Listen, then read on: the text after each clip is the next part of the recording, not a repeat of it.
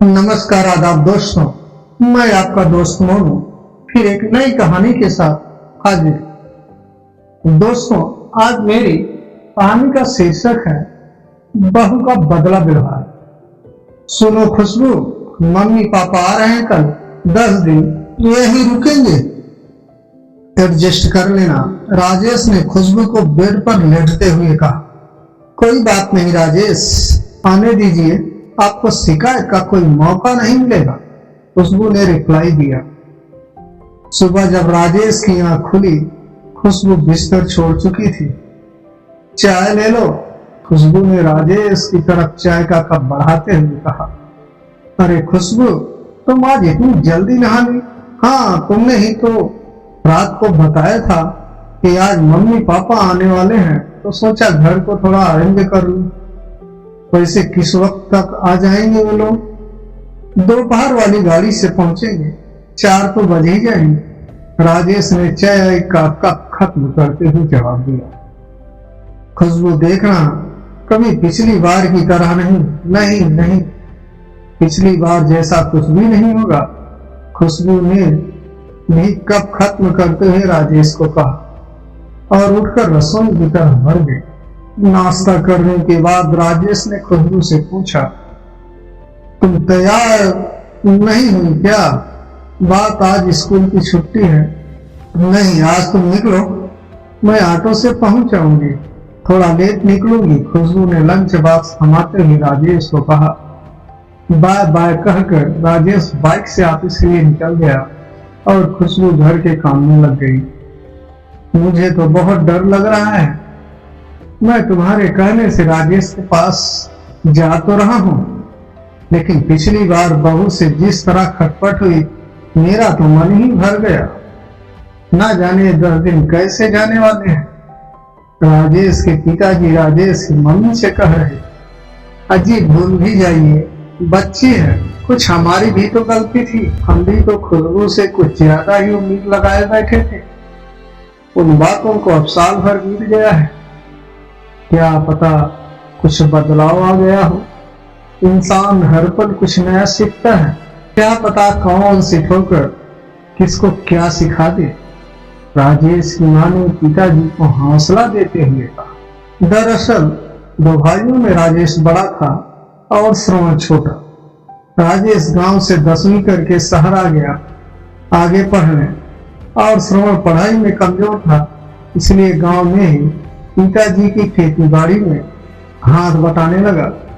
Rajesh BTech करके शहर में ही 20,000 रुपए की नौकरी करने लगा। खुशबू से कोचिंग सेंटर में ही राजेश की जान पहचान हुई। यह बात मम्मी पापा को राजेश ने खुशबू से शादी के कुछ दिन पहले बताई। पिताजी कितने दिन तक नहीं माने इस रिश्ते के लिए, फिर भी बड़ा दिल रखकर जब पिछली बार राजेश और खुशबू के पास शहर आए थे तो मन में बड़ी उमंगें थी, पर 7-8 दिन में खुशबू के तेवर और बेटे की बेबसी के चलते वापस गांव की तरफ हो लिया। अरे भगवान, उठ जाओ, स्टेशन आ गया, उतरना नहीं है क्या? राजेश के पिताजी की आवाज से मां की नींद टूटी। सामान उठाकर दोनों स्टेशन से बाहर आ गए और ऑटो में बैठकर दोनों राजेश घर पहुंचे तो खुशबू घर पर ही थी। जाते ही खुशबू ने दोनों को पैर छुए, चाय पिलाई, नहाने के लिए गर्म पानी पिया। पिताजी नहाने चले गए और खुशबू रसोई में खाना बनाने लगी। थोड़ी देर में राजेश भी आ गया, फिर बैठकर सबने थोड़ी देर बातें की और खाना खाया। अगले दिन सुबह 5 बजे पिताजी उठे तो खुशबू पहले ही उठ चुकी थी। पिताजी को उठते ही गर्म पानी पीने की आदत थी। खुशबू ने पहले से ही पिताजी के लिए पानी गर्म कर रखा था। नहा धोकर पिताजी को मंदिर जाने की आदत थी। खुशबू ने जल से भरकर लोटा दिया। नाश्ता भी पिताजी की पसंद का तैयार था। सबको नाश्ता करवा कर खुशबू राजेश के साथ चली गई तो पिताजी ने चैन की सांस ली। चलो अब 4-5 घंटे तो सुकून से निकलेंगे। दिन के खाने की तैयारी भी खुशबू करके गई थी। स्कूल से आते ही खुशबू ने फिर से रसोई में घुस गई। शाम को हम दोनों को लेकर खुशबू पास के पार्क में गई। वहां उसने हमारा परिचय वहां बैठे बुजुर्गों से करवाया। अगले दिन संडे था। खुशबू, राजेश और हम दोनों चिड़ियाघर देखने गए। हमारे लिए ताज्जुब की बात यह थी कि प्रोग्राम खुशबू ने बनाया था। खुशबू ने खूब अच्छे से चिड़ियाघर दिखाया और शाम को इंडिया गेट की सैर भी करवाई। खाना पीना भी हम सब ने बाहर ही किया। इस खुशमिजाज रूटीन से पता ही नहीं चला वक्त कब पंख लगा कर उड़ गया। कहाँ तो हम सोच रहे थे कि 10 दिन कैसे गुजरेंगे और कहाँ 15 दिन बीत चुके थे। आखिर कल जब श्रवण का फोन आया कि फसल तैयार हो गई है और काटने के लिए तैयार है, तो हमें अगले ही दिन गांव वापसी का प्रोग्राम बनाना पड़ा। रात का खाना खाने के बाद हम कमरे में सोने चले गए तो खुशबू हमारे कमरे में आ गई। उसकी आंखों में आंसू बह रहे थे। मैंने पूछा, क्या बात है बहू, रो क्यों रही हो? तो खुशबू ने पूछा, पिताजी, माँ जी, पहले आप लोग एक बात बताइए, पिछले 15 दिनों में कभी आपको यह महसूस हुआ कि आप अपनी बहू के पास हैं या बेटी के पास? नहीं बेटा, सच कहूं तो तुमने हमारा मन जीत लिया। हमें किसी भी पल यह नहीं लगा कि हम अपनी बहू के पास रह रहे हैं। तुमने हमारा बहुत ख्याल रखा। लेकिन एक बात बताओ बेटा, तुम्हारे अंदर इतना बदलाव कैसे? पिताजी, पिछले साल मेरे भाई की शादी हुई। मेरे मायके की माली हालत बहुत ज्यादा बढ़िया नहीं है। इन छुट्टियों में जब मैं वहां रहने गई तो मैंने अपने माता पिता को एक एक चीज के लिए तरसते देखा।